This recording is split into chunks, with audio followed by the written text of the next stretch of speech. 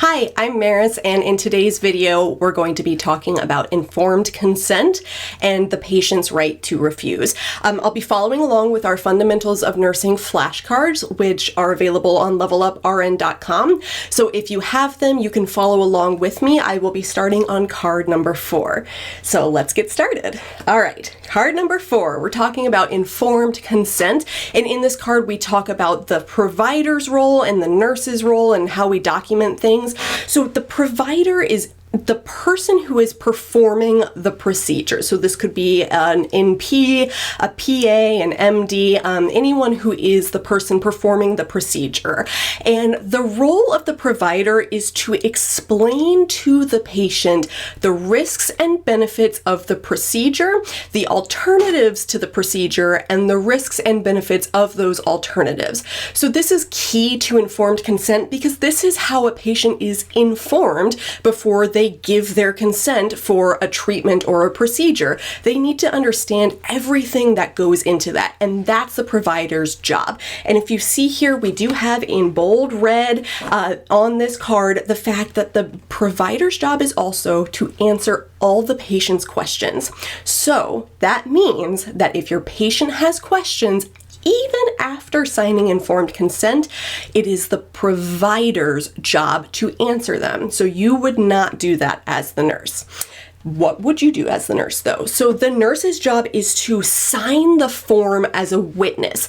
The nurse does not get the informed consent. The nurse is responsible for saying, yes, this patient was given the risks, benefits, and alternatives by the provider. They had all of their questions answered, and that the patient is competent to provide consent, meaning that they are cognitively intact, so they are not for instance, drunk or high on drugs, that the patient does not have a cognitive disorder such as dementia. All of those things would impair their ability to give their consent. And then the nurse should also ensure that this consent was given voluntarily. That essentially means no one, not family members, spouses, children, or even medical professionals, no one is coercing this patient or, kind of forcing them into signing this consent, that this patient understands, agrees, and wants to have this procedure done. And then you're going to document this in the medical record along with the signed consent form is going to be uploaded to the patient's chart. So that is informed consent. Okay, so moving on to the next card about informed consent. This is key points. And I'm going to tell you, when we take the time to pull out key points on a topic, that usually means it is pretty heavily tested. It usually means you're going to see it come up, right? So I would really pay attention to this card in your deck because it outlines a lot of information you need to know about informed consent. So like I said before, the fact that the patient is oriented is crucial. Your patient may not be able to provide consent if they are on mood-altering medications, such as strong pain medicines or sedatives, and then things as well like delirium, dementia, use of alcohol or drugs. All of those things would make a patient not competent to provide consent. The other thing is that the patient needs to be 18 years or older, right? They need to be a legal adult, except when they don't. And this is going to be very important for you to know what your state laws are. But in many states, a patient who is under the age of 18 can provide consent in some rare instances, such as if they are married, if they are in the military, if they are legally emancipated, meaning that they are legally granted the status of being an adult.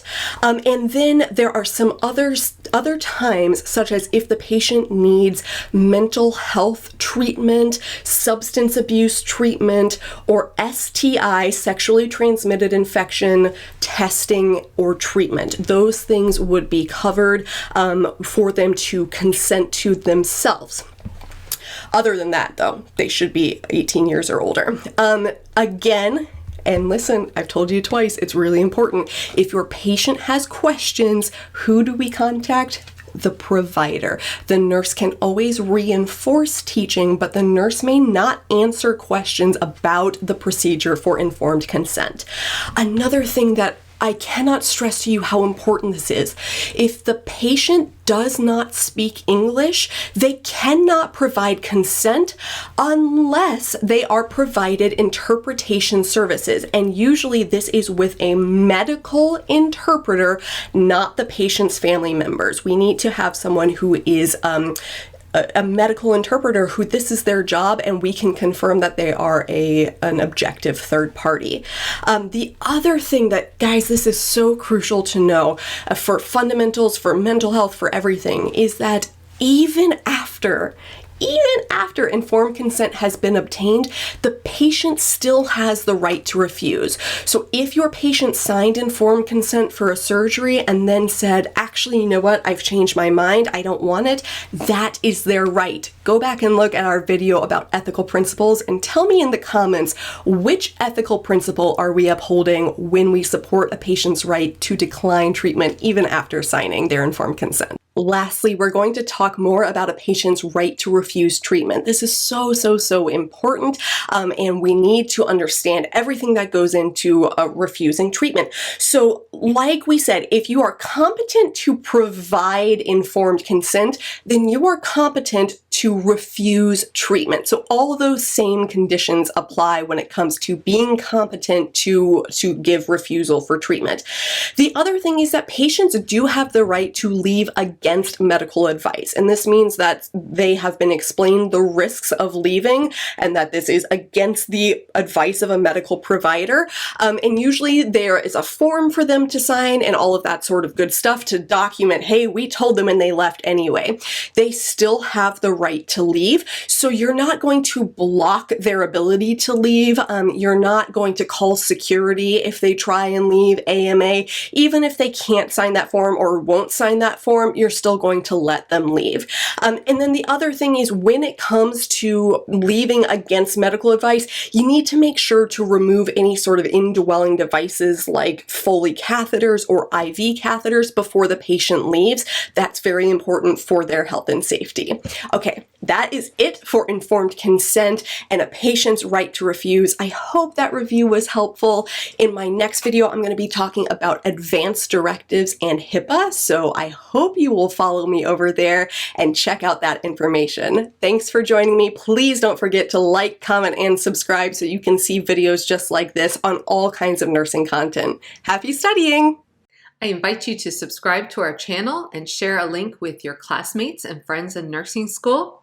If you found value in this video, be sure to hit the like button and leave us a comment and let us know what you found particularly helpful.